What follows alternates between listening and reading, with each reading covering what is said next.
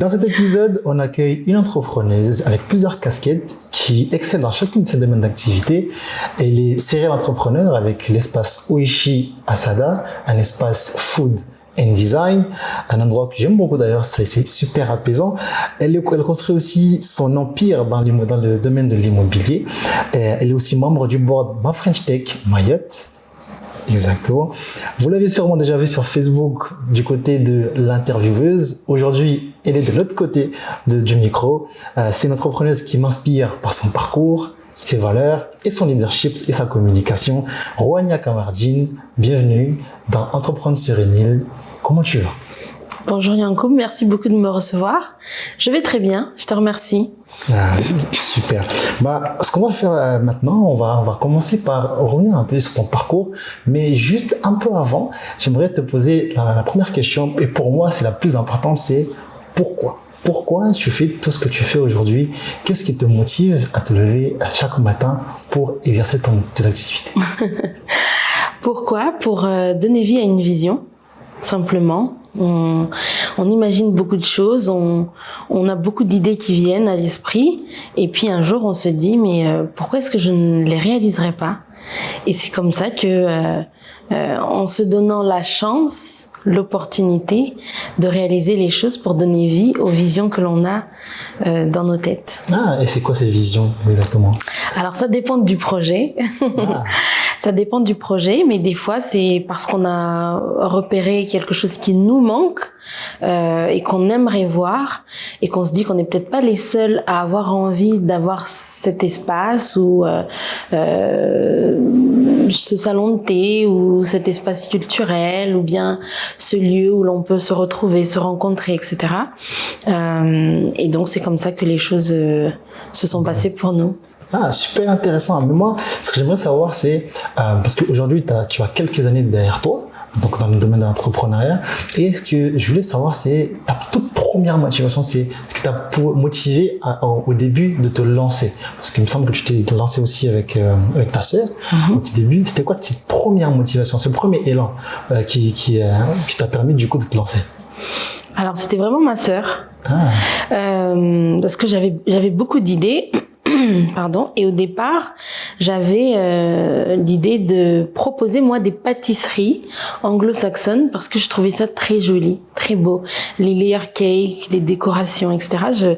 J'étais fascinée par ça, par la créativité, parce que j'ai toujours voulu essayer des choses. J'ai toujours eu ce côté un petit peu créatif. Donc j'étais très attirée par tout ça. Et j'en ai discuté avec ma sœur à qui j'ai partagé cette idée-là. Et elle a rajouté par-dessus des idées qui sont venues s'imbriquer. Et puis elle a pris la décision, parce qu'elle était arrivée au bout d'un parcours de VIE au Royaume-Uni. Elle a décidé de revenir, et le fait qu'elle soit revenue dans l'objectif de mettre ça en place, c'est ce qui pour moi a fait la différence et qui m'a du coup fait passer le cap de l'idée à la réalisation. Magnifique. Juste VIE, c'est quoi pour les le volontaire volontaire international à l'embauche.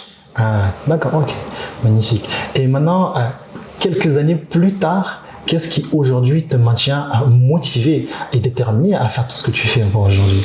Parce qu'entre-temps, il peut se passer énormément de choses, des hauts et des bas, et des aventures, des challenges. Oui. Qu'est-ce qui te maintient déterminé aujourd'hui? Je pense que l'entrepreneuriat, c'est peut-être un petit peu comme un jeu de société.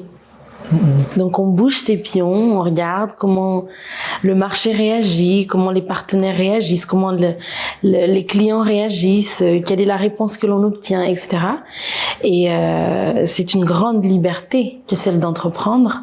Je pense que beaucoup des personnes qui entreprennent ne peuvent pas ne plus entreprendre, parce qu'on a cette grande liberté de faire des choses et de donner vie à des choses, et ça c'est assez gratifiant, et ça peut être aussi assez addictif. Magnifique. Du coup, je retiens surtout que c'est vraiment ce côté, la liberté de pouvoir faire les choses comme tu le souhaites et quand tu le souhaites. Exactement. C'est vrai que c'est quelque chose qui est toujours assez excitant quand on est entrepreneur. Bien, magnifique. Revenons un peu sur très rapidement sur ton parcours scolaire. Comment elle était la Rouhania, du coup, quand elle était à l'école? Comment elle était? Très studieuse. J'étais une très bonne élève. J'aimais beaucoup l'école parce que j'aimais apprendre. Et puis j'ai même retrouvé avec des camarades les ambiances pendant les heures de pause ou à la récréation. Et puis après, j'ai eu la chance aussi d'avoir des professeurs qui je pense qu'ils aimaient ce qu'ils faisaient et ils avaient la transmission facile, si je peux dire, ou en tout cas pour moi. Et du coup, j'aimais beaucoup apprendre et voilà, j'ai eu un parcours scolaire très calme. Voilà, très. Du coup, tu étais la première de la classe à l'époque. Ça a pu arriver. Ça a pu arriver. D'accord. Et c'est quoi ton parcours scolaire à peu près? Alors après ça, j'ai fait une année Après le bac, oui. Yes. J'ai fait un bac littéraire. Et après le bac, j'ai fait une année de prépa littéraire. Ça a été une année qui était très spéciale parce que je suis arrivée dans un environnement ultra compétitif. J'en avais entendu parler, mais je ne savais pas trop à quoi ça ressemblait. Et j'avais l'impression d'être un peu hors de ça. C'est-à-dire que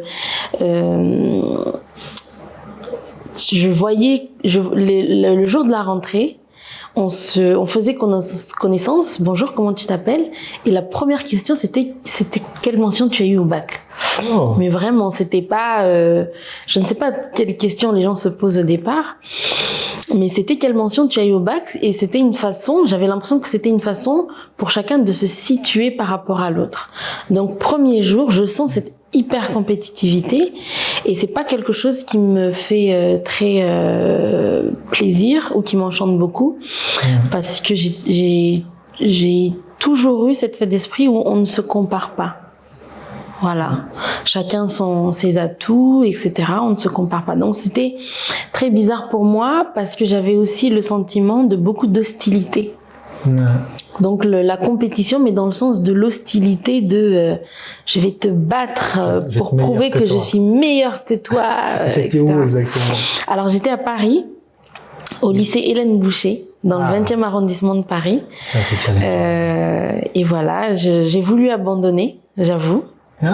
Parce que je sais pas, j'avais du mal à m'intégrer. J'avais du mal à m'intégrer dans cette classe. Il y avait beaucoup de filles puisque c'était une prépa littéraire.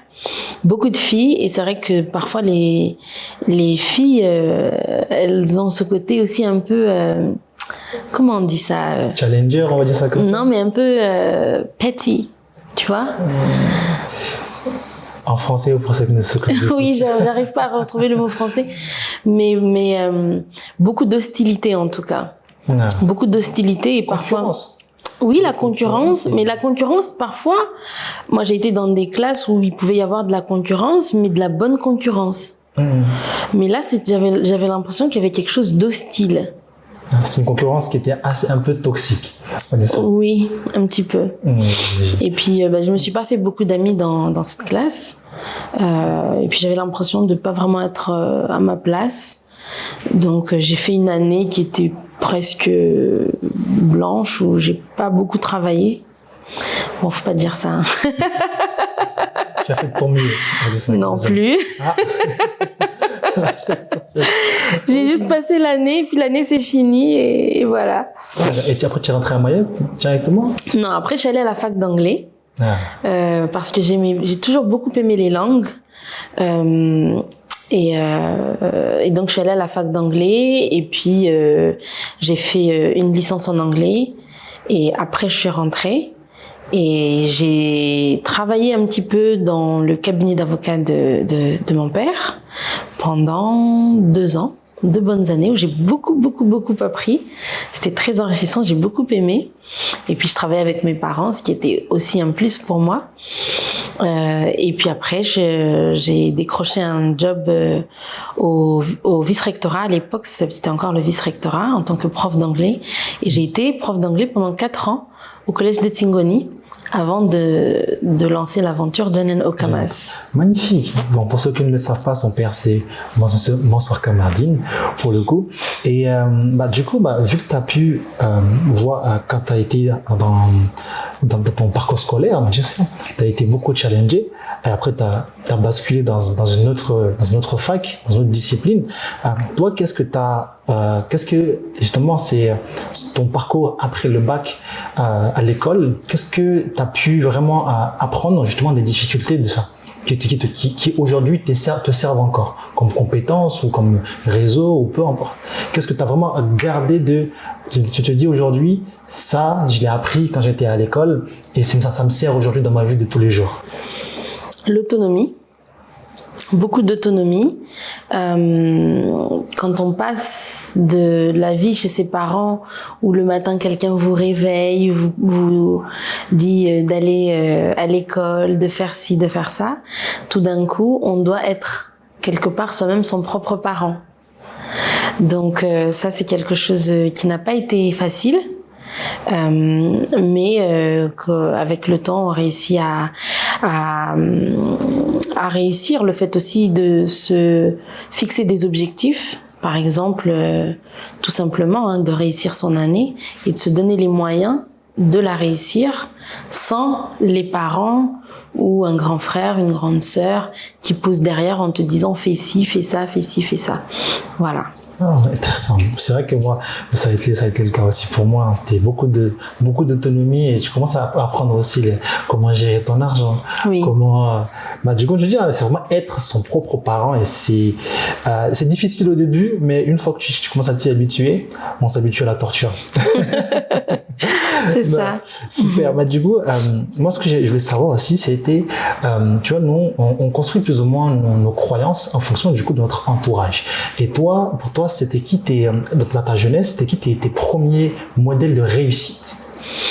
Alors moi, je suis une très très très très très grande fan de Céline Dion. Mais vraiment. Et j'avais les posters dans ma chambre, je connaissais toutes les chansons, j'étais abonnée au Céline Dion Magazine. Et tout le monde autour de moi, c'est ça. Céline Dion, c'est depuis les premières chansons jusqu'à maintenant, je connais toutes les chansons, etc. Donc c'était la première inspiration pour moi de une personne qui réussit en gardant des valeurs fortes de gentillesse. Voilà, c'est quelqu'un qui transparaît comme vraiment quelqu'un de gentil, de bienveillant, de très impliqué dans ce qu'elle fait, de très généreuse aussi. Donc c'était quand on parle de premier modèle de réussite de personnes qui moi m'ont inspiré, impressionné, fasciné. Il y avait Céline Dion. Et puis après avec la maturité et j'ai beaucoup d'admiration pour mes parents. Voilà, pour mes parents, mon père parce que j'ai toujours vu engagé dans ce qu'il faisait, toujours et à 100%. Toujours à 100% et jamais en hypothéquant ses convictions, mais toujours droit dans ses convictions. Et ma mère pour son dévouement. Ma mère est quelqu'un de très travailleur. Elle m'impressionne beaucoup dans quand elle décide de faire quelque chose, elle y met tout son cœur, tout son savoir-faire, toute son énergie. Elle y met tout ce qu'elle a et elle mène tout ce qu'elle fait au bout. Vraiment. Et mes parents ont travaillé ensemble pendant une grande partie de leur vie et je les voyais travailler de manière acharnée. Et donc ce niveau d'implication et de détermination dans ce que l'on a choisi de faire, ça j'ai vu ça avec mes parents. Voilà, comme quoi c'est les premières influences sont nos parents qui nous voient. C'est ce qui fait aussi que la famille Kamardine sont une entreprenante parce que tu entreprends, tu as une sœur qui entreprend aussi. aussi avec toi très souvent. Oui. Et franchement, c'est super intéressant. Moi, j'avais une dernière question pour en finir justement avec cette partie un peu scolaire. C'est toi, avec les années d'expérience que tu as aujourd'hui, donc tu as pu découvrir en fait des petites surprises en termes de compétences, qu'en fait, c'est des choses que tu as eu du mal à apprendre et que tu te dis des fois, j'aurais aimé apprendre ça à l'école. Donc, si tu avais en fait une matière, une activité que tu fais justement en tant qu'entrepreneuse et autres, que tu pourrais intégrer à l'école, ça serait quoi? Moi, j'ai beaucoup de mal dès qu'il s'agit de parler de moi. Alors peut-être que c'est un peu un manque de confiance en soi, et peut-être que c'est quelque chose que l'on pourrait intégrer davantage dans le parcours scolaire des jeunes. Des jeunes. Voilà, peut-être. Ouais, ça pourrait être intéressant. C'est vrai que moi, pour mon cas aussi, moi, quand j'ai commencé à entreprendre, et même un peu avant, surtout quand je suis parti à Métropole, j'étais super introverti et ça a été un parcours du combattant pour le temps de pouvoir vraiment me mettre de plus en plus à l'aise, juste à l'idée de parler aux gens, surtout qu'auparavant, j'étais bègue. Pour te dire à quel point je stressais quand je parlais avec les gens. Et aujourd'hui, moi, je me présente avec toi devant une caméra. Pour moi, là, c'est une réussite pour moi. Une belle réussite. Non, mais c'est une réussite. Donc, ce que je voulais faire, du coup, c'est je voulais revenir un peu sur ton parcours entrepreneurial cette fois-ci. C'est toi, par quoi est-ce que tu as commencé et justement quand tu entreprends, quand tu as commencé à entreprendre et petit à petit, comment tu as passé d'un business à un autre? C'est quoi un peu le parcours? Alors, on a démarré John & Okamas comme il n'y avait pas vraiment sur l'île d'offres de pâtisserie anglo-saxonne. On se posait beaucoup de questions, forcément, on se demande forcément est-ce que ça va marcher, est-ce que ça va pas marcher. Ce qui a été compliqué, c'était de faire la transition entre un emploi salarié et le statut d'entrepreneur. Ça a été difficile à cause déjà du regard des gens autour qui ne comprenaient pas que l'on lâche un emploi de fonctionnaire, un emploi sûr pour compter les centimes, comme ont pu dire certaines personnes. Et après, ça a été de présenter ou de proposer de faire une offre sur le marché. Et littéralement, en fait, on a été au marché de Sada, au marché du dimanche, avec des cookies, du thé que ma sœur avait ramené du Japon. Et puis, on a commencé à faire goûter aux gens, voir les réactions. Le premier dimanche où on est allé, je crois qu'on avait fait 50 €. Le dimanche d'après, on a fait 200 €. Donc, on était très heureuses, très contentes. On faisait ça chez moi, dans mon petit four. Les premiers centimes qui rendent super fiers. Voilà, exactement. Et puis voilà. C'est vraiment ça, c'est commencer from scratch comme exactement. Exactement. Donc, après John & Okamas, donc après les marchés, après à quel moment vous avez dit bon là on va commencer à se déclarer avec la société et monter justement la structure et se prendre un local. Comment ça s'est passé cette transition là?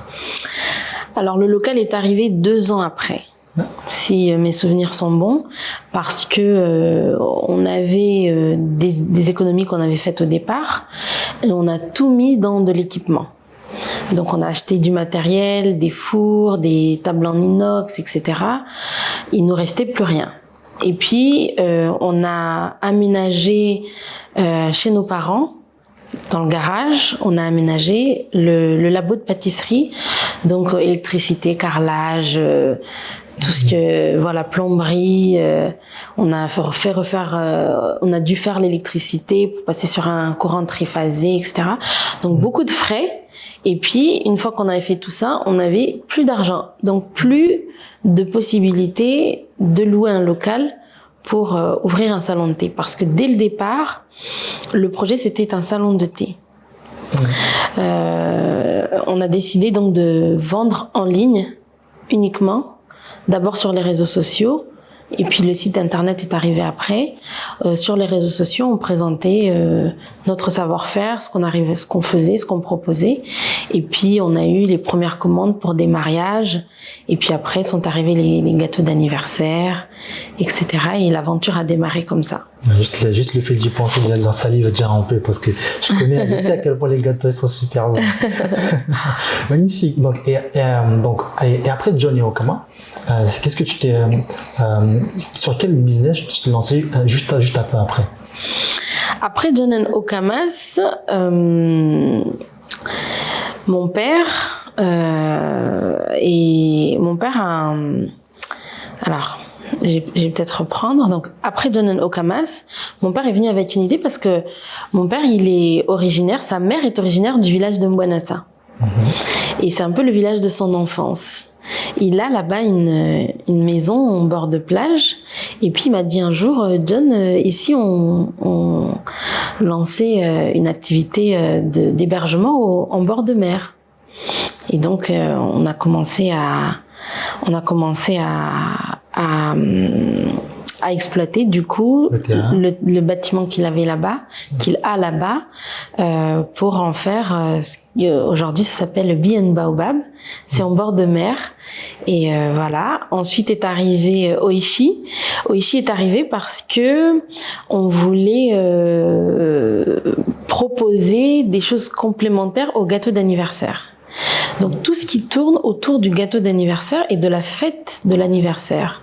Donc des décorations de fête, des bougies d'anniversaire, et du coup on a vu que les gens avaient aussi un intérêt pour faire de la pâtisserie. Et puis à Mayotte, de toute manière, les gens cuisinent énormément, ce qui n'est pas le cas dans d'autres cultures par exemple. Donc on cuisine énormément, on prépare ses gâteaux soi-même à la maison. Donc il y avait cette appétence, on a vu qu'il y avait beaucoup de petites enseignes qui commençaient à fleurir, qui proposaient aussi des layer cakes, des gâteaux d'anniversaire, etc. Et nous, on connaissait les difficultés qu'on avait à s'approvisionner en colorant alimentaire, dans des produits bien spécifiques à la pâtisserie. On a décidé donc de créer l'enseigne Oishi pour pouvoir proposer ça à d'autres personnes qui se trouvaient dans le même cas que nous, de vouloir faire de la pâtisserie, que ce soit à la maison ou professionnellement, et qui avaient du mal à s'approvisionner. Et ça, c'est un point que je trouve ça hyper intéressant, et je trouve que c'est surtout une super stratégie pour eux, parce que on sait qu'à Mayotte, il y a beaucoup de marchés où on peut entreprendre aujourd'hui, il y a beaucoup d'argent à se faire dans plein d'endroits, mais souvent j'ai remarqué qu'il y a beaucoup d'entrepreneurs qui, eux en fait, ils vont commencer à exercer dans un domaine. Quand ça va commencer à fonctionner, ils vont recréer un autre business, mais qui est à l'opposé vraiment de ce qu'ils font déjà aujourd'hui. Et là, ce que vous n'avez pas fait, vous, c'est que vous avez créé du coup un salon de thé qui propose des gâteaux et autres, et vous avez justement fait suivre les choses de manière assez logique, en agrandissant la niche en fait où vous commencez déjà à vous développer. Ce qui fait que pour les gens, votre public que vous avez du coup, c'est John et Okama, ils ont pu très facilement suivre en fait sur Oishi et ainsi de suite. Donc franchement, je trouve ça super intéressant. Toi, qu'est-ce que tu en penses justement de ces personnes qui font les choses un peu d'un bout à l'autre? Je pense que c'est ce que moi j'appelle le virus de l'entrepreneuriat. C'est-à-dire que quand on commence à entreprendre, il y a plein de gens qui me partagent un petit peu la même chose. Il y a cette image de quelqu'un qui sort dans la rue et qui regarde. Quand on est entrepreneur, on ne voit plus le monde de la même manière qu'avant. Donc on sort dans la rue, on regarde ce qui se passe et on voit 2, 3, 4 opportunités qui nous arrivent et on se dit mais tiens, là ce serait bien de faire ça, là ce serait bien de faire ça, là ce serait bien de faire ça. Et c'est vrai que quand on a fait une chose une fois, on se dit, on sait maintenant qu'on est capable de faire. Je dis bien de faire, ça ne garantit pas une réussite, mais on est capable de faire et on peut rapidement se laisser embarquer dans là il y a une opportunité, j'y vais, je la fais, même si elle est éloignée de mon domaine. Je pense que c'est surtout comme ça que ça se passe, mais c'est vrai que de s'éparpiller, c'est pas toujours une bonne stratégie. Moi je trouve que c'est un super gros travail en plus, parce que c'est recommencer de zéro dans un nouveau domaine. Et donc c'est beaucoup plus d'efforts, beaucoup plus d'énergie. Et je trouve ça dommage, parce que surtout que à Mayotte, il y a encore beaucoup de choses à créer et à faire. Et dans chaque niche, on peut encore étendre encore plus la niche pour devenir beaucoup plus gros et devenir, comme j'appelle, un boss dans sa niche. Donc, ok, d'accord. Maintenant, donc, là, on a parlé de John Okama, Oishi, manga. Pas encore de manga, parce qu'aujourd'hui, on est un manga, c'est ça? C'est alors, Manga Part, oui. Il y a le dernier. Bien Baobab et Manga Part sont sous la même maison, on va dire. Manga Part est arrivé d'ailleurs avant Bien Baobab. J'en ai pas parlé tout à l'heure parce que j'ai décidé d'arrêter la partie Manga Part. C'est 6 appartements que j'exploitais en location courte durée. Donc des appartements meublés. L'idée en fait était de répondre à un manque qu'il y avait ici dans la zone, disons centre, d'appartements meublés de standing avec voilà très confortable pour accueillir surtout une clientèle professionnelle. Voilà. Donc Manga Part a vécu pendant je sais plus, c'était en 2018, de 2019 à 2024 là. D'accord, ok. Donc Manga Part pour l'instant c'est une aventure qui est en suspens ou terminée pour le moment. Donc, oui. D'accord. Et moi ce que je voulais savoir aussi c'était aujourd'hui du coup tu gères plusieurs sociétés, donc tu as différents salariés et vous êtes plusieurs déjà à gérer tout ça, mais toi comment tu fais pour justement avoir un peu la tête un peu partout? Comment tu gères justement ton temps et ton énergie avec justement ces différentes boîtes là? Et surtout, et si tu as des outils que tu utilises, n'hésite pas à les mentionner. Moi je ne gère que Manga Part Bien Baobab en termes de gérance. Chez John Okama, c'est ma sœur, et chez Oishi, c'est ma sœur qui est la gérante. Moi, je suis, si tu veux, en numéro 2, où je vais gérer certains aspects, mais tout l'aspect administratif, et même en termes de stratégie, et même en termes de... Voilà, c'est ma sœur qui gère. Ok. Donc c'est elle qui gère. Donc c'est vraiment un travail d'équipe où chacun a son rôle qui est assez précis. D'ailleurs, pour toi, quelle est l'importance justement d'avoir d'avoir une équipe autour de soi avec des comment dirais-je des tâches bien définies? C'est quoi, à quel point c'est important? C'est important parce que ça permet de garder le focus. Et qu'on ne peut pas tout gérer, tout en même temps. On dit souvent qu'être entrepreneur, c'est gérer des problèmes. Mais chacun gère des problèmes à son niveau. Donc il faut gérer le stock des matières premières pour produire, pour pouvoir, comme ça quand on arrive le matin, on se retrouve pas, il y a plus d'œufs, il y a plus de machin, il y a plus de sucre, etc. Il faut savoir que c'est très compliqué à Mayotte.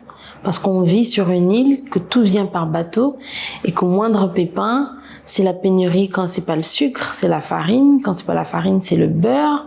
Quand c'est pas le beurre, c'est la crème, etc.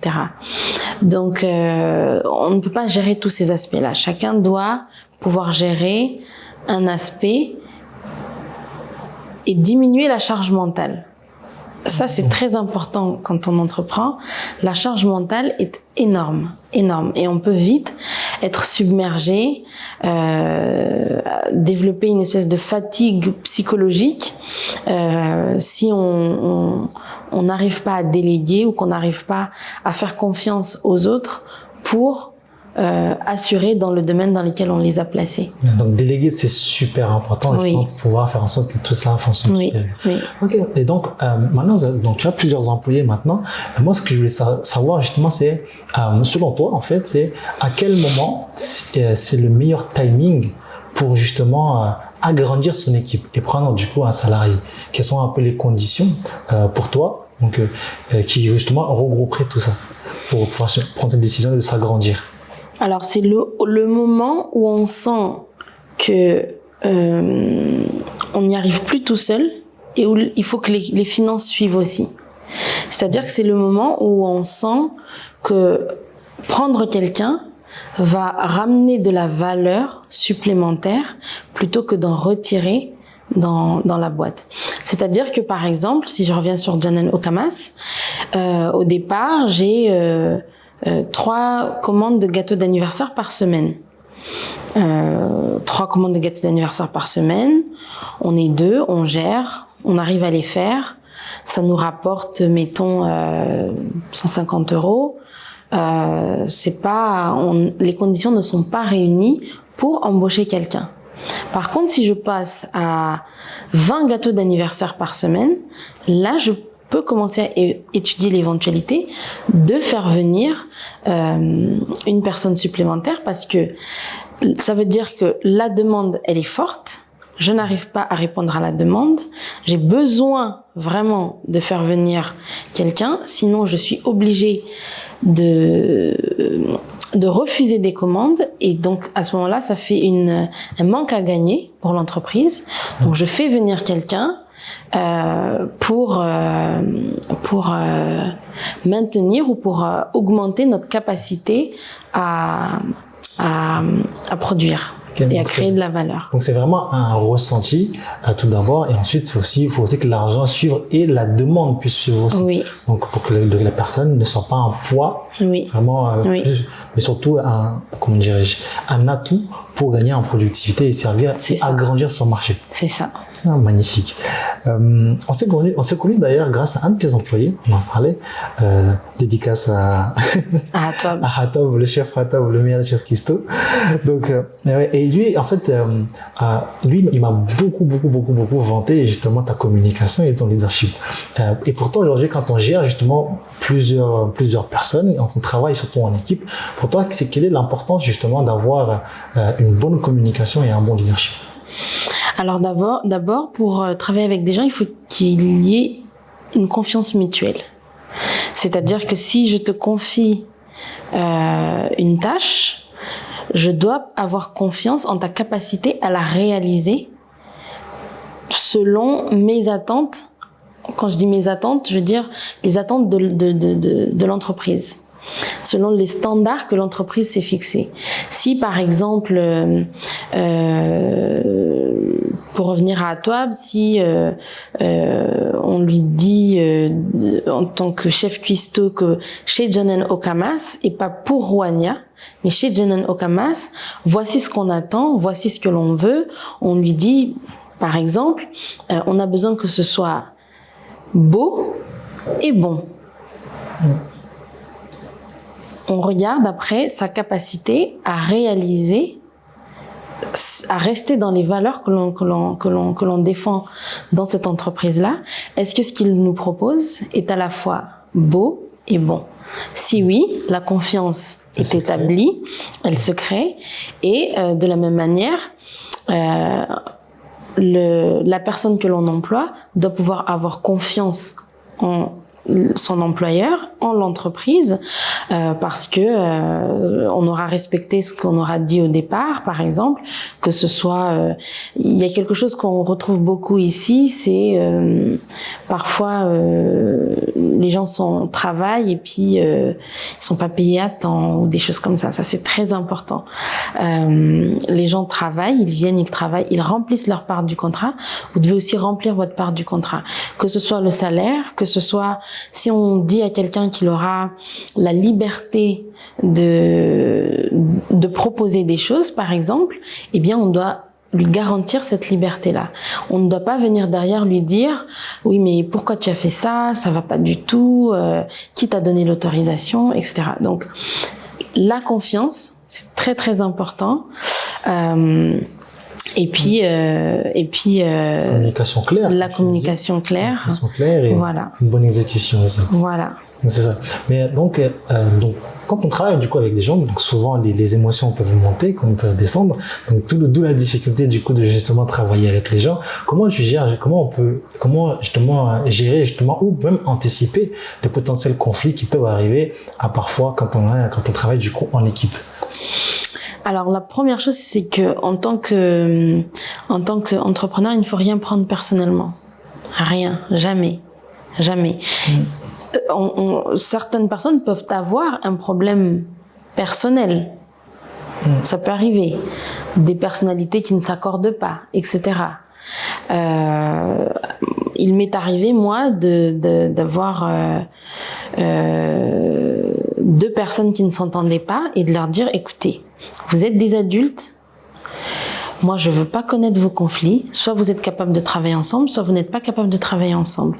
Parce que au final, ça rejaillit sur votre travail, ça rejaillit du coup sur l'image de l'entreprise et c'est quelque chose que l'on ne peut pas se permettre.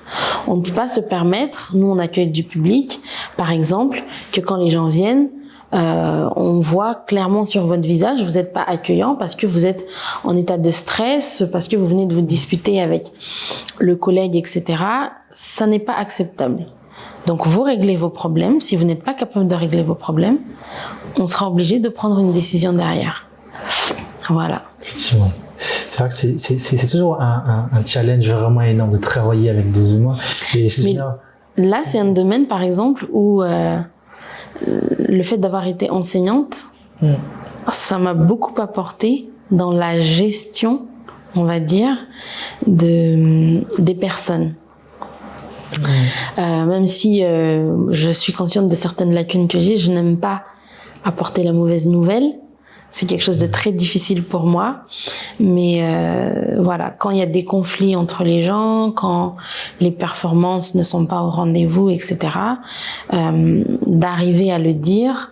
Et c'est très compliqué parce que des fois, les gens, eux, peuvent prendre les choses personnellement. C'est-à-dire que si je fais remarquer que telle chose n'était pas faite selon les standards attendus, la personne peut le prendre personnellement comme si on lui avait dit qu'elle était incompétente. Alors que souvent, ça n'est pas du tout ça. Donc, c'est aussi un challenge permanent de savoir utiliser les mots, mettre une certaine distance pour que les gens ne soient pas heurtés nécessairement par les choses qu'on peut leur dire. Ouais, c'est super intéressant en tout cas. Non, moi j'aimerais toujours, c'est quelque chose qui m'a toujours beaucoup passionné en travaillant avec les humains parce que il y a des personnes qui aujourd'hui, il y a des organisations aujourd'hui qui sont énormes et quand tu vois toutes les organigrammes qu'ils mettent en place, le fait de mettre des chiffres, etc. Et c'est des compétences qui sont vraiment super importantes. Et pour moi, c'est des compétences à développer réellement. Oui. Avoir une bonne communication claire et surtout avoir une bonne ambiance sur le travail aussi. Oui. Magnifique. Moi, ce que j'aimerais parler aussi, c'est parler aussi du challenge en fait d'entreprendre justement sur une île, parce que tu as mentionné le fait est que parfois il y a des pénuries sur l'île, donc faut faire importer des choses, etc. Et pour toi, c'est quoi pour toi, c'est quoi les challenges quand on entreprend sur une île où en fait c'est comment dirais-je? Je répète ma question pour que ce soit plus clair. Pour toi, c'est quoi les challenges qu'on a à surmonter au quotidien quand on entreprend sur une île? Vraiment des problèmes spécifiques à une île, comme Mayotte aujourd'hui. Comme j'ai dit tout à l'heure, en premier, l'approvisionnement. Il faut savoir que dès qu'il y a un petit retard, dès qu'il y a un petit pépin, dès qu'il y a une actualité internationale, des problèmes dans le canal de Suez, etc., on est directement impacté. D'abord sur la question de l'approvisionnement. Est-ce qu'il va y avoir, est-ce qu'il ne va pas y en avoir? La question des prix. Parce que nous, par exemple, on n'a fait que constater la hausse des prix parce que l'actualité internationale fait que la guerre en Ukraine, les pirates dans le canal du Mozambique ou je sais pas quoi, ça impacte directement les activités. Voilà, ça impacte directement nos business. Ça, c'est la première chose. La deuxième chose, le marché est nécessairement restreint. Parce qu'on est sur une île et que pour aller s'étendre, ça va demander des moyens beaucoup plus importants que par exemple ceux qui se trouvent sur le continent qui vont pouvoir agrandir beaucoup plus. Voilà, exactement. Le fait d'être sur une île, il faut savoir que nous on est quand même sur une île. Bon, on n'est pas les moins bien lotis de la région, mais on est quand même dans un contexte qui est très très très particulier et qui fait que être une île n'arrange pas forcément les choses. Donc, en termes d'approvisionnement, en termes de coûts, en termes également de profil, de compétences. C'est-à-dire que ici, à Mayotte, il y a beaucoup de domaines de compétences qu'on a du mal à trouver parce que les gens ne sont pas formés localement. Donc, par exemple, trouver un pâtissier, une pâtissière, c'est très compliqué à Mayotte. Très compliqué. Ce sera forcément quelqu'un qui a soit été formé à l'extérieur et qui revient. Il faut savoir que souvent, quand les gens ont des profils comme ça, ils préfèrent se lancer à leur compte. Ce qui est tout à fait honorable, voilà. Donc on se dit qu'on va former la personne et donc voilà, ça c'est un autre challenge, par exemple. Et au moment où ils sont compétents, ils disent moi je vais créer mon entreprise. Ça peut arriver. Ça arrive beaucoup même. Ça peut arriver, mais c'est aussi le défi parce que les gens partent lorsqu'ils ont l'impression de ne pas être appréciés à leur juste valeur. C'est souvent ça. Et puis bien sûr, les gens ont aussi des ambitions personnelles, hein, ce qui est très bien aussi. Les gens peuvent avoir aussi des ambitions personnelles, donc à partir de là, voilà. Il y a un virus qui est en train de se propager à Mayotte là en ce moment. C'est vraiment ce virus de beaucoup de gens ont des business à côté, à côté de leurs activités.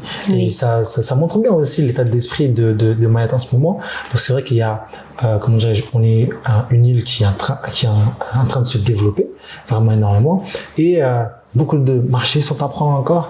Et qu'est-ce que tu penses justement de ce truc de les gens ont justement un business à côté de leur travail et pour moi j'aimais le comparer aux États-Unis parce qu'aux États-Unis là-bas ils ont 1, 2, 3, 4 voire 4 boulots des fois.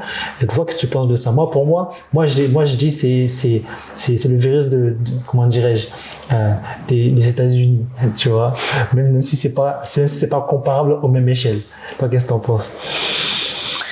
Je ne sais pas, j'en pense pas forcément grand-chose. Les entrepreneurs, ils entreprennent bien 2, 3, 4 business. Donc quelqu'un qui travaille et puis qui lance une activité de commerce à côté, ou est-ce que c'est très différent? C'est pas très différent quelque part. Donc tant mieux, c'est très bien. Et puis ça installe la concurrence aussi, ce qui peut être intéressant. Voilà. T'as mentionné un truc là que j'aime beaucoup, c'est justement ça installe un peu de la concurrence. Pourtant, à quel point c'est important d'en avoir justement de plus en plus, surtout maintenant sur une île. Donc quand on se lance dans un secteur et qu'on a une concurrence qui parfois est très très forte, voire même des fois assez faible, c'est quoi l'importance d'en avoir? Mais je vois par exemple les business des Salouva. C'est quelque chose d'incroyable. Les Salouva, c'est incroyable. Je n'ai encore vu personne rater son business de Salouva. Ou arrêter en se disant ouais ça marche pas machin. Souvent les gens arrêtent plus parce que l'effort qu'ils doivent y mettre est peut-être trop important et que du coup ils se découragent. Mais rarement parce que ça n'apporte pas les résultats voulus. Donc la concurrence c'est important parce que ça donne de la visibilité au secteur. Donc si moi je fais des gâteaux, qu'on est 10 à faire des gâteaux, ça m'apporte de la visibilité parce que du coup quand quelqu'un va aller commander un gâteau, il va chercher à voir ce qui se fait, quelles sont les autres enseignes, qu'est-ce qu'elles proposent, et donc vous venez voir ma carte de gâteau, puis la carte de gâteau de quelqu'un d'autre, etc. Et puis ils feront leur choix. Donc ça m'apporte de la visibilité parce que peut-être que la première fois cette personne ne commandera pas avec moi, mais qu'elle se dit ah tiens ça c'était bien, j'avais envie de tester ça, donc etc.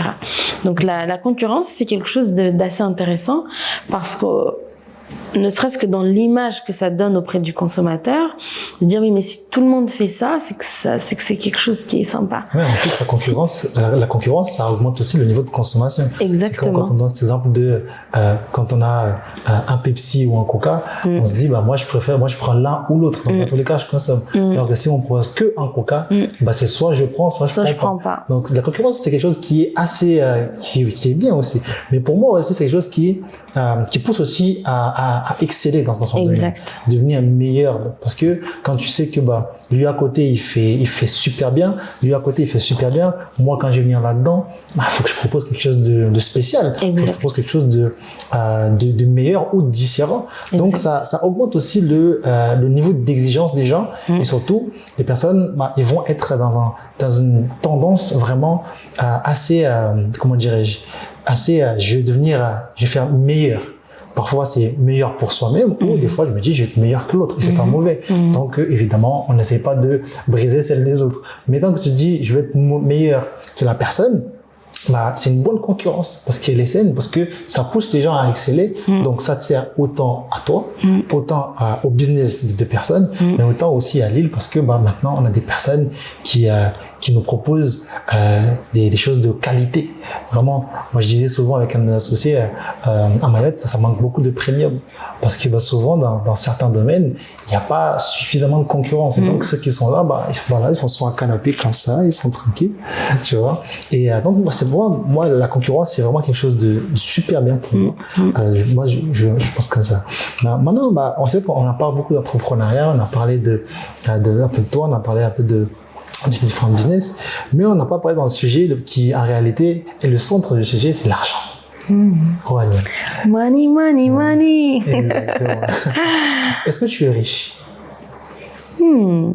Est-ce que je suis riche? Oui et non. C'est quoi ta définition de la richesse? Alors, je disais oui et non parce qu'en fait, moi, j'estime avoir un patrimoine intéressant. Maintenant, est-ce que j'ai 10 000 € en banque? Non. Voilà. Ouais. Mais j'ai un patrimoine qui est intéressant parce que quand on crée une entreprise, on crée un patrimoine. Elle a une valeur qui ne résonne pas dans le compte en banque, mais qui est une valeur qui est la nôtre, même si ce n'est pas de l'argent, des pièces sonnantes et trébuchantes. Voilà. Donc oui et non. Maintenant, je vis correctement de mes activités. Je ne manque de rien. Voilà, j'ai le confort et pas du tout le confort minimal, mais j'ai un bon confort. Voilà. Et pour toi, parce que pour moi, la richesse, c'est quelque chose qui est propre à soi. Parce qu'il y a beaucoup de personnes qui aujourd'hui, si j'ai un champ qui nourrit ma famille et qui est assez confortablement, vraiment, et que j'ai une bonne qualité de vie, pour moi, je peux être riche. Voilà. Toi, c'est quoi ta définition de la richesse? À partir de quel moment, toi, dans ta tête, tu te dis, à ce moment-là, je pense que je serai riche? En réalité, je pense l'être déjà. C'est pour ça que tout à l'heure, je répondais oui et non. Oui, parce que j'ai un patrimoine, et puis la richesse, comme tu disais tout à l'heure, si je devais donner ma définition, c'est vraiment un ensemble. C'est pas une question d'argent en premier. Ouais, totalement. Voilà. Donc moi, aujourd'hui, j'estime être riche de tout ce que j'ai, à commencer par mon entourage. J'estime, moi, être quelqu'un d'incroyablement chanceux parce que je suis quelqu'un de bien entouré. J'ai des gens autour de moi qui sont là, que je peux appeler et elles viendraient tout de suite.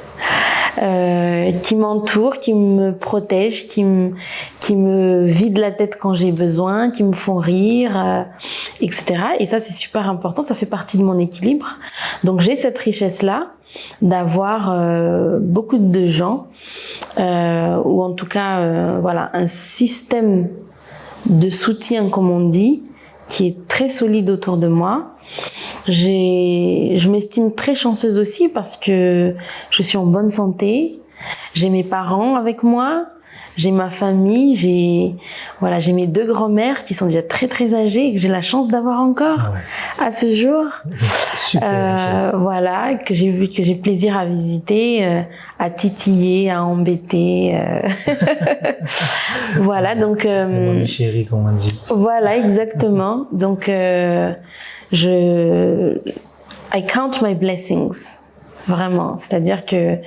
Tu te rends compte de vraiment de toutes les bonnes choses qui sont autour de toi. Voilà, exactement. Plus que seulement de l'argent, mais avec tout ce qu'il y a autour. Exactement. Parce que l'argent, en fait, ne sert qu'à obtenir des choses. Est-ce que ça a du sens d'avoir de l'argent dans un compte en banque juste pour dire j'ai de l'argent? L'argent est un moyen pour obtenir des choses, un confort, une expérience, etc. Donc, je ne manque pas de ce confort et je ne manque pas de ces expériences. Maintenant, elles sont peut-être moins premium que celles que peuvent vivre des millionnaires, mais c'est... Voilà. Totalement. Maintenant, t'as anticipé justement ma question qui suivait, la question c'était quoi ton rapport avec l'argent? Mais vu qu'on est sur le sujet de l'argent, avec ton expérience aujourd'hui, ton réseau et tes connaissances, parce que c'est important d'avoir des connaissances dans différents domaines, une culture entrepreneuriale. Pour toi, si aujourd'hui moi je te donne 20 000 euros tout de suite et je te dis dans un an il faut que tu reviennes avec 100 000 euros, dans quoi toi tu investirais? Dans quoi j'investirais? Peut-être dans la grande distribution. C'est un domaine qui ne connaît pas la crise. Tout le monde connaît la crise, hein, bien sûr. Mais si on veut entreprendre dans quelque chose, disons, de sûr, entre guillemets, il faut entreprendre dans des choses qui ne changeront pas.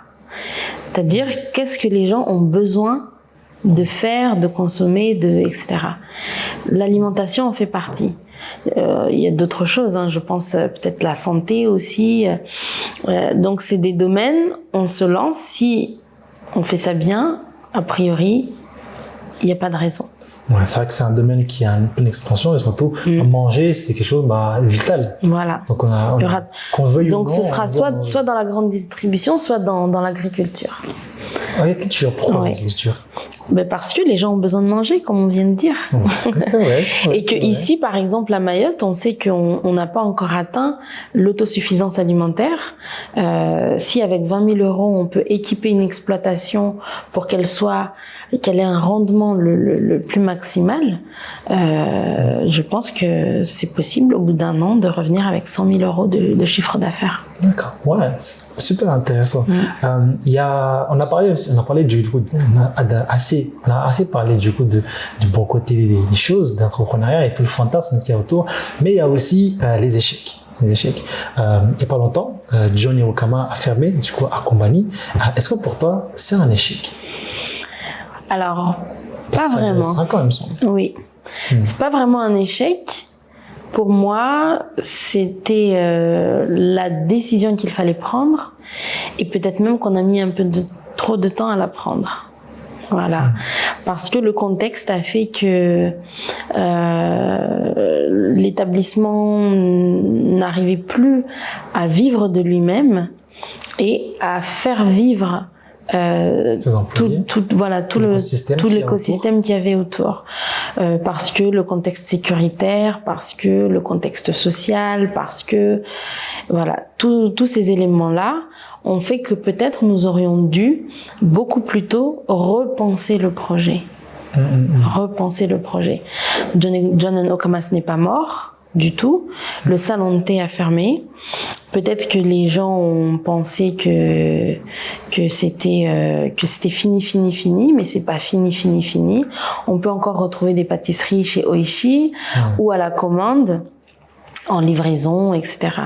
Mais ce salon de thé a été une vraie réussite, vraiment, parce que les gens en ont gardé quelque chose de très positif, de beaux souvenirs. De beaux souvenirs de découverte, d'y avoir vécu une bonne expérience. parfois une expérience même mémorable. Et c'est la différence entre la bonne expérience et l'expérience mémorable.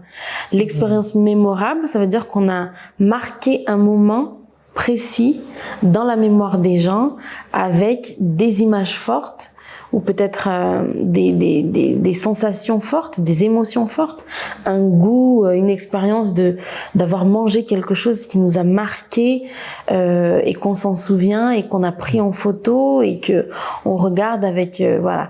Donc c'était pour moi une vraie réussite, vraiment, parce que c'était un défi qu'on s'était lancé, un défi qu'on a relevé, un lieu d'expérimentation pour nous, parce qu'on y a proposé énormément de choses, d'autres qui ont marché, d'autres qui ont moins bien marché, mais ça nous a appris à entreprendre dans le sens de l'expérimentation. Parce que finalement, entreprendre, ça n'est que ça. Expérimenter, proposer quelque chose et voir comment les gens réagissent, comment le marché réagit. Est-ce que le marché... et puis, les gens font un retour. Donc, notre proposition évolue avec la clientèle. Donc, ça nous a appris à faire ça. Ça nous a appris à être à l'écoute, à s'adapter, à proposer, à retirer lorsque c'est pas bon, à continuer à persévérer, etc. Donc, ça a vraiment été un lieu qui nous a permis beaucoup de choses et qui nous a appris aussi beaucoup de choses. Non, ce n'est pas parce que vous avez fermé que c'est un échec. Donc, je dis, c'est une réussite. Oui. Et justement, ça, je pose cette question-là, la question qui suit, parce que beaucoup de sociétés aujourd'hui, justement, comme tu dis, ne sont pas autonomes. N'arrivent plus à vivre d'eux-mêmes, même si pendant un temps ça a été le cas. Justement, et tu as dit que en fait vous avez même fermé un peu trop tard. Et pour toi, en fait, c'est qu'à quel moment c'est le meilleur moment en fait de dire ok, à partir de ce moment-là, je crois qu'il faut arrêter là et pouvoir prendre du recul et pouvoir recommencer d'une manière différente. C'est quoi les critères en gros pour toi, les indices que vous avez vus justement avec Johnny Okama, justement pour prendre des décisions, justement de dire ok, là je crois que c'est mieux d'arrêter. L'indicateur le plus objectif, c'est l'argent. Voilà. Une entreprise, elle doit faire de l'argent. Si elle ne fait pas d'argent, c'est qu'il y a un problème. Et il faut pouvoir faire le bon diagnostic.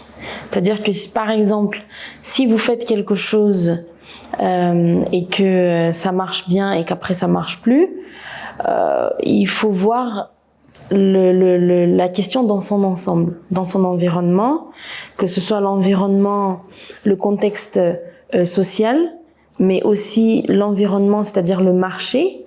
Est-ce que ça veut dire qu'il y a de la concurrence qui fait mieux que vous, plus attractif?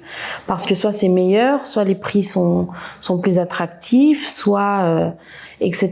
Est-ce que c'est l'expérience que vous proposez dans votre établissement qui peut-être fait défaut, n'est pas intéressante ou n'est pas à la hauteur des attentes de la clientèle? Donc il faut se poser les bonnes questions et faire le bon diagnostic. Lorsque on se rend compte que c'est quelque chose que l'on peut améliorer, alors il faut l'améliorer.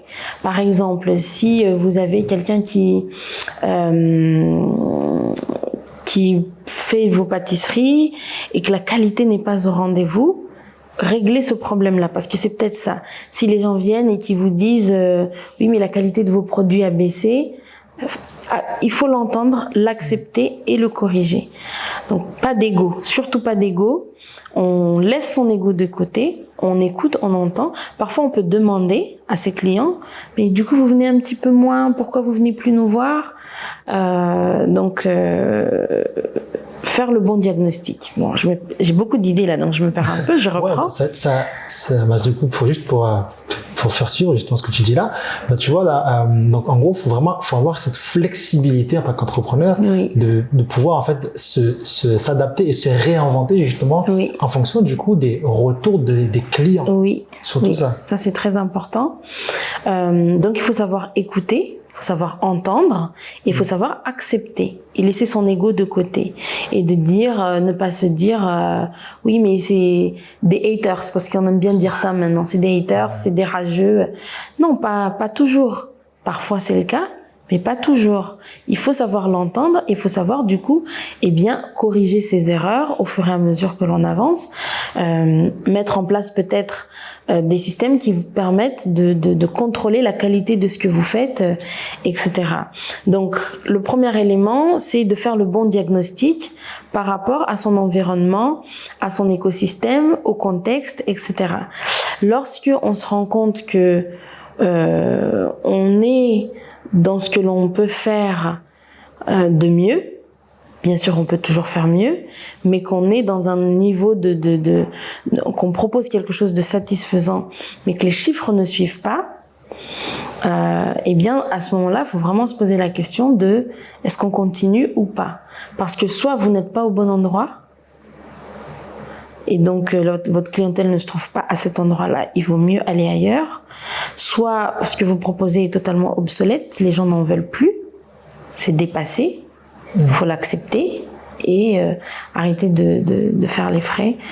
Il peut y avoir aussi d'autres raisons, mais de prendre de la distance, prendre de la hauteur, analyser la situation et accepter le diagnostic qui sera fait de pourquoi est-ce qu'aujourd'hui ça ne marche pas. Et on décide d'arrêter lorsque les indicateurs, donc l'argent, la fréquentation, ne sont plus au rendez-vous. Là, c'est des... Voilà. Ouais, effectivement. Mais du coup, tu as mentionné justement les conditions sociales qui peuvent être assez difficiles, surtout à Mayotte. Mais moi, j'aimerais vraiment revenir parce que John, comment ça a commencé à quelle année déjà, rappelez-moi? En 2017. 2017. Donc, vous avez survécu au Covid, donc c'est quelque chose d'incroyable, au Covid, aux crises de l'eau, à différentes crises avec les barrages, etc., etc. Comment on tient, comment on reste persévérant avec justement, comme on dit, quand on vous met pas des bâtons dans les roues, mais des troncs d'arbres dans les roues. Comment on reste persévérant? Il faut savoir que quelque part, toutes ces crises ont eu raison de nous. Parce qu'elles se sont enchaînées et que ça a été difficile à chaque fois de relancer, de reprendre son souffle, de reprendre de l'élan pour pouvoir continuer et développer l'activité. Le Covid, ça a été très, très, très, très dur. Qu'est-ce qu'on fait? On est dans la survie. Et quand on est dans la survie, on n'est plus dans le développement de l'entreprise. Donc, on se replie sur soi-même, on revient au cœur de l'activité, de ce que l'on fait, et on arrête tous les petits trucs autour, etc. On refait du gâteau pur et dur, on réduit l'équipe, on ne revient qu'à 2 et on relance. On travaille, on se met, on travaille et on relance l'activité. Et puis, lorsque ça va mieux, là, on peut réembaucher, on peut se dire qu'on va proposer des plats asiatiques le midi. On peut faire ces choses-là lorsque l'entreprise va mieux et qu'on peut prendre des petits risques. Mais lorsqu'on est dans un contexte qui est très difficile, eh bien, c'est le repli sur soi. Mais des fois, ça peut être assez, difficile. Tu sais, parce que quand on est entrepreneur, des fois, quand on commence à réaliser des choses, on a un ego qui commence à se créer, qui commence à grandir de plus en plus. Donc, c'est tout à fait normal, parce que tu sais que tu sais faire certaines choses. Et donc, on connaît vraiment un bon top, on dit ça comme ça. Et à un moment où justement que ça va mal, des fois on a du mal à redescendre, à se dire ok, à accepter la claque qu'on est en train de se manger et se dire moi, des fois on se dit moi là où j'en suis, moi je vais retourner dans scratch, comme je veux le dire, tu vois.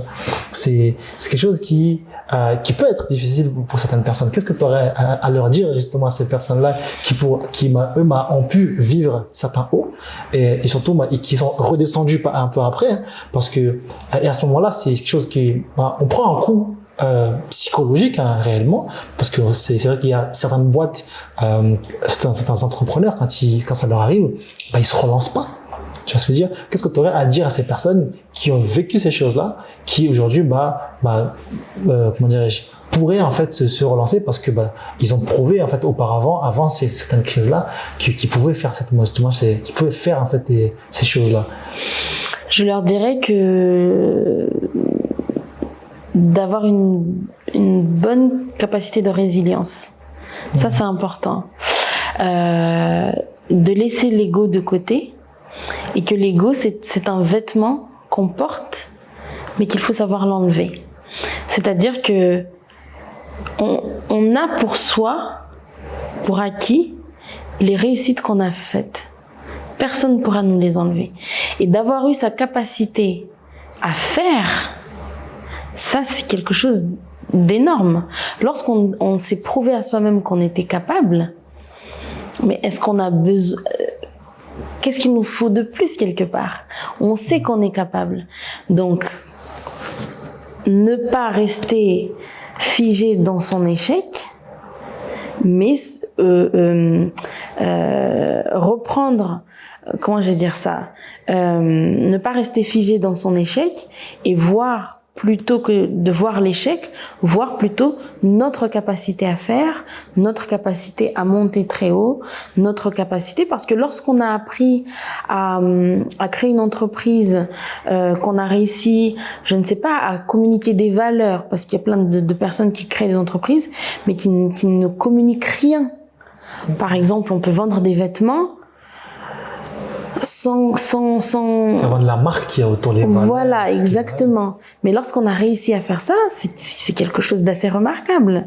Donc c'est quelque chose c'est un savoir-faire que l'on a acquis et qui nous sera utile pour tout ce que l'on fera après ça, parce qu'on a appris à faire. Et le savoir-faire, c'est quelque chose que l'on a pour soi, et c'est notre plus bel atout pour après réussir et échouer encore d'autres projets. Justement, tu as fini par la phrase échouer dans notre projet. C'est quoi ta définition de l'échec? Parce que beaucoup, on a souvent entendu je n'échoue jamais, j'apprends. Donc cette fameuse phrase de Mandela, il me semble. Oui, je crois, c'est ça, oui. Donc c'est quoi, toi, ta définition de l'échec? À quel moment tu échoues? On peut échouer. Peut-être que ça n'existe pas dans mon vocabulaire. Moi, je l'ai enlevé dans mon vocabulaire. Mais j'ai tendance à dire ça. En fait, je pense qu'on peut... Par exemple, dans Jen Okamas, il y a des choses qu'on a essayées, qu'on a échoué. Ça n'a pas marqué la fin du projet. Donc, on avait ouvert un premier salon de thé à Mangajou. Le concept était vraiment génial. C'était un peu autour de la cérémonie du thé japonaise. Donc on avait les gens s'asseyaient par terre sur des petits coussins japonais, là j'ai oublié comment ça s'appelle, et puis on servait le thé, les cupcakes, et les gens mangeaient par terre. Et c'était vraiment super, c'était top. Tous les gens qui venaient, ils appréciaient l'expérience, etc. Mais ce n'était pas le bon endroit. C'était un peu dans un coin enclavé. Les gens essayaient de venir, ils avaient du mal à trouver. On a quand même mis des panneaux, mais ils trouvaient quand même pas. Donc ça, c'était l'échec de ce concept-là ou de ce salon de thé-là, cet établissement-là. C'est pas l'échec de Jen Okamas et c'est pas l'échec du salon de thé. Et peut-être que ce concept-là, dans un autre contexte, aurait eu une résonance différente. Donc l'échec, c'est quelque chose, il y a beaucoup de paramètres. Il n'est définitif que si on décide qu'il est définitif. Donc il peut être ou il peut ne pas être, et toutes est question aussi, tout dépend de la lecture que l'on fait après. Si on considère que c'est un échec ou si l'on considère que ça n'est pas un échec. Si moi je considère que Combani n'a pas été un échec alors qu'on a fermé, aujourd'hui pour moi je ne tire que du positif de cette expérience-là, même si l'établissement n'existe plus aujourd'hui. Donc l'échec, c'est une façon de voir le monde. Ouais. Nous on dit la seule manière d'échouer, c'est quand on abandonne. C'est ça. Mais aujourd'hui, Jen Okamas, vous n'avez pas abandonné, c'est encore vivant. Tout ce qu'il y a autour existe encore. Exactement. C'est ça qui est... Exactement. Et il y a encore des perspectives, il y a encore des nouveaux projets qui vont arriver, il y a encore, voilà, la marque va proposer d'autres, je vais pas en dire trop, pour pas spoiler, tu vois. Mais voilà, il y a des choses qui vont arriver. Là, c'est sûr que on sort quand même de cet épisode-là avec quelques casseroles, donc on a quand même des choses à régler. Non, c'est pas fini du tout. Vous allez rebondir très très vite. Oui. Magnifique. Et écoute, c'était un plaisir en tout cas d'avoir pu échanger avec toi. C'est déjà fini. C'est déjà fini. J'aurais aimé poursuivre encore plus longtemps. Merci beaucoup. Avant de terminer, on a une petite question rafale. Vraiment, qui va durer 1 minute, 1 minute 30, où il faudra répondre justement assez spontanément. Quelle est la première chose que tu fais en te levant le matin? Je regarde l'heure. Quelle est la mauvaise habitude dont tu aimerais te débarrasser? Je passe trop de temps sur Instagram. Bon, c'est vraiment aussi. Que fais-tu dans les moments de très grosse déprime? Je m'isole. Voilà. Ah, d'accord. Quel est le dernier livre que tu as lu? Le dernier livre que j'ai lu, je ne me souviens pas du titre. C'est un livre sur l'estime de soi. Intéressant. Quelle société tu as découvert récemment que tu recommanderais à tout le monde? À Mayotte. Que j'ai découvert récemment, que je recommanderais à tout le monde. Oui. Celle qui devient en premier. Non, en fait, j'essaie de voir ce que j'ai découvert récemment. Les cookies Pascal Gang. Ouais, c'est vrai qu'ils sont beaux gosses. Hein, non, attends, je peux changer? Ah oui, si tu veux. La marque Duna. Duna, effectivement. Si tu avais une machine à remonter le temps et que tu pouvais revivre l'année qui vient de s'écouler, que changerais-tu?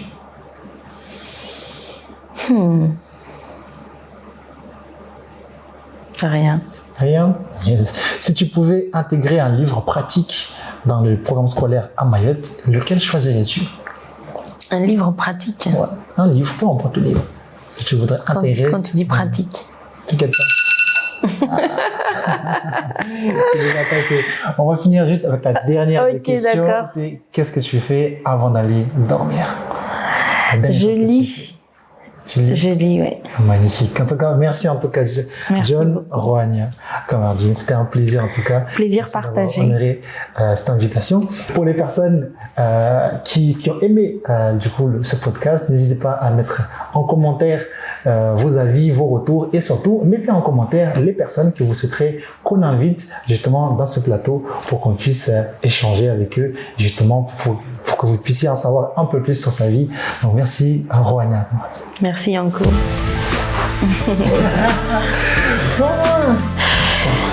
J'ai kiffé. T'as kiffé? J'ai kiffé. Ah là là, je suis contente alors.